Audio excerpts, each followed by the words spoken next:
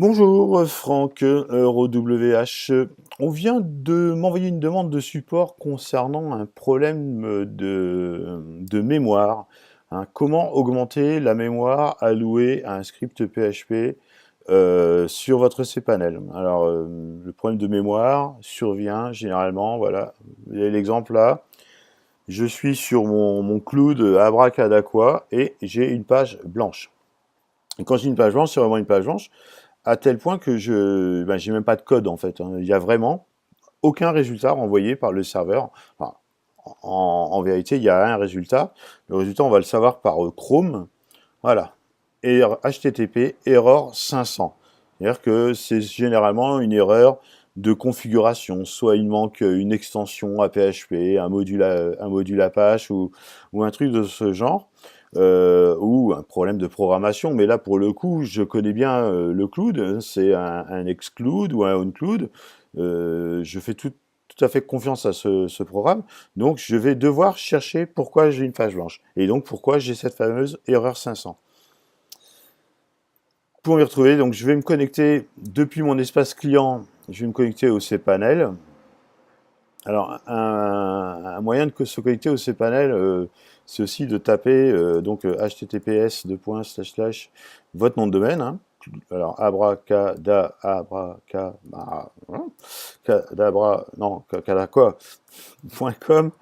2.2083. Alors voilà, les accès au cPanel se font sur le port 2083. Je vous prépare un tuto pour vous montrer ce que sont des ports. Et là, ça me renvoie donc sur ma fenêtre de connexion au cPanel.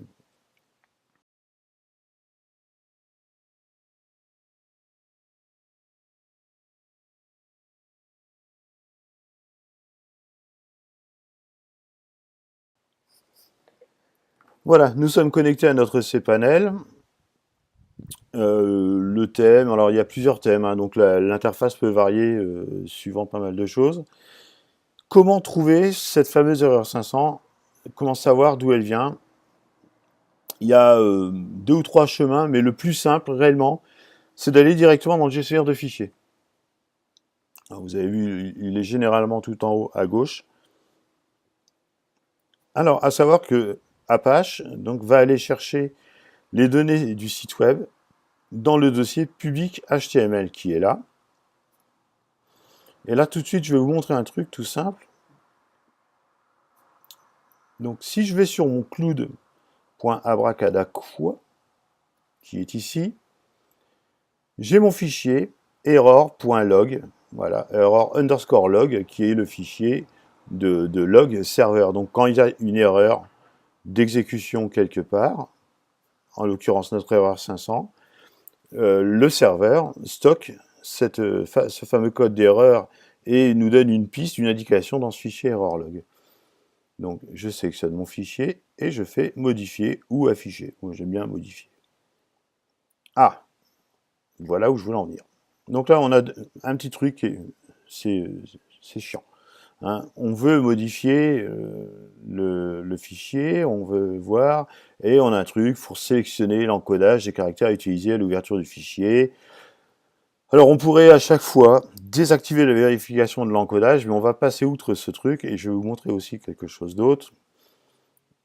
Comme on est dans l'ère du web 2.0 instauré par Google, vous voyez, par exemple là je suis dans la racine de mon WordPress, il me manque un fichier ici, il me manque le fichier .htaccess. En gros, je me rends compte qu'il me manque tous les fichiers cachés. Donc, on va aller dans Paramètres, ici à droite. Et pour la racine de document, d'ailleurs, on pourrait même dire que quand on ouvre le gestionnaire de répertoire, on va à la racine ou on va dans le répertoire public, etc. Là, pour l'instant, je ne vais pas y toucher. Je veux afficher les fichiers masqués, toujours, et désactiver les boîtes de dialogue pour la vérification de l'encodage. Comme ça, maintenant, il ne m'embête plus. Déjà, d'une, j'ai mon htaccess qui apparaît avec mes autres fichiers cachés. Et de deux, maintenant, dans mon cloud, si je veux éditer mon fichier error_log, je n'ai plus le problème d'encodage. Je tombe directement en édition. Ça fait un petit raccourci. Et là, je me rends compte, voilà, quels sont les derniers enregistrements qui ont été saisis. Alors, à 12h03, c'est faux. mais le serveur est à l'horloge UTC. Donc, hein, il était donc 14h03, 14h09 maintenant à ma montre.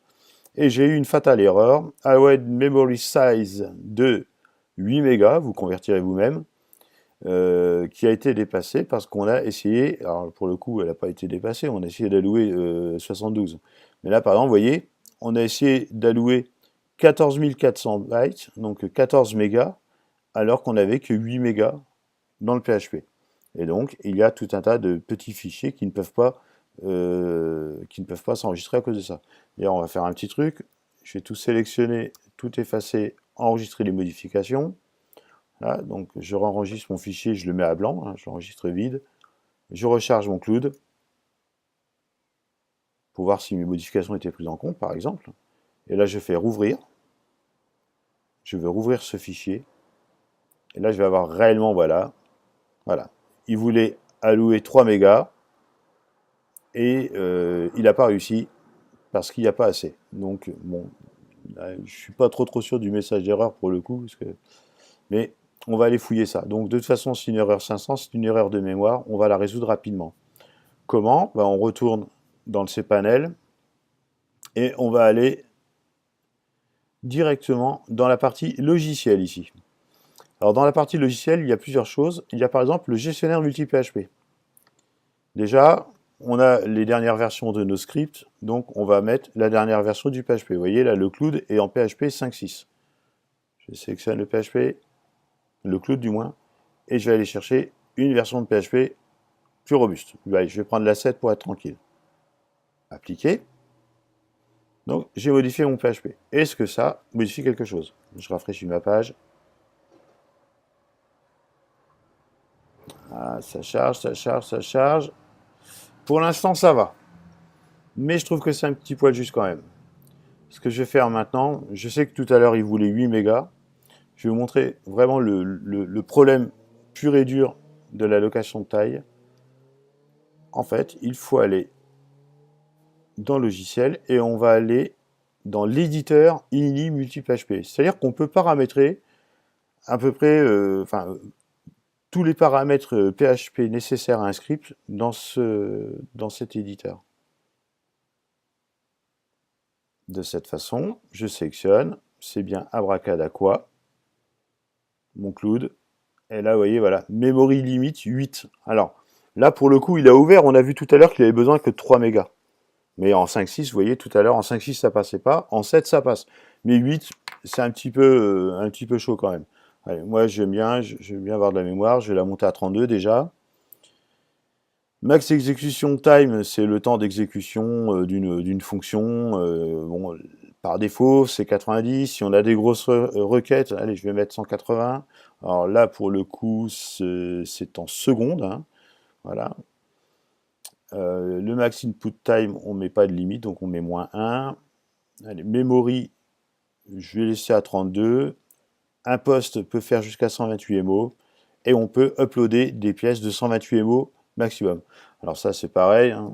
On a de l'espace sur le disque. On va mettre, allez, 256. Et je vais monter aussi le post max size à 256. Donc, j'applique ici. Je rafraîchis.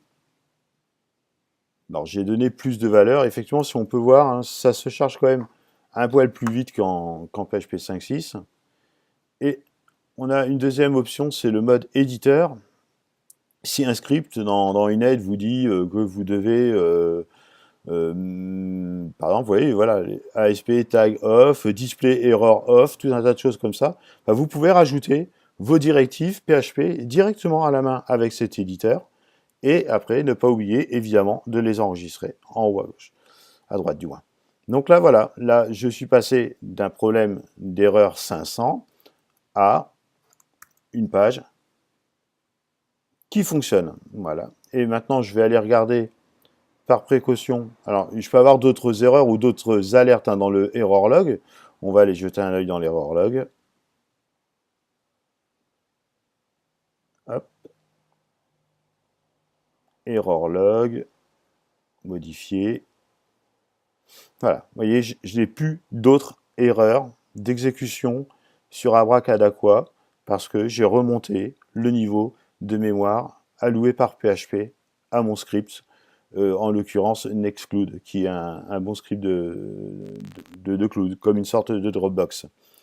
Un autre truc que je peux faire pour améliorer la rapidité des sites PHP, et on va s'arrêter là, c'est optimiser le site web, mais c'est peut-être déjà fait sur le mien, et c'était pas fait. Et on va essayer de compter, voilà, allez, 1, 2, 3, 4. Voilà, alors, ça ne fera peut-être pas vraiment de différence. Là maintenant, on va compresser tout le contenu. C'est comme un système de cache, c'est le mode deflate d'Apache. Alors il est installé hein, par défaut, il n'y a pas de souci là-dessus. Donc là, il est activé. Et là, 1, 2, 3. Voilà, bon, on a gagné une petite seconde. Des fois, on peut gagner beaucoup, beaucoup plus. C'est un mode de compression, en fait. Hein, donc, à ne pas confondre avec la compression gzip. D'ailleurs, elles ne doivent pas être activées toutes les deux en même temps. Je ne crois pas, je crois que ça fait des erreurs. Mais voilà, c'est un mode de compression serveur de façon à ce que ça aille un peu plus vite. Et donc, bah voilà, maintenant, je suis content. Ça fonctionne. Alors, si je me rappelle de mon code, je vais pouvoir y accéder. Sinon, bah, c'est pas très, très grave. Voilà, voilà, mon Nextcloud fonctionne. Alors, je vous conseille le Nextcloud, hein, c'est vraiment un super truc. Il y a les applications pour vos smartphones qui sont existantes et tout. Je suis évidemment en HTTPS, hein, on avait vu ça la dernière fois, hein, connexion chiffrée, etc. Donc, il n'y a pas de problème. Tout va bien, on est heureux. Voilà, j'espère que ça a pu vous aider. Vous n'hésitez pas, encore une fois, le support est à votre disposition, hein, directement depuis le site eurowh.com.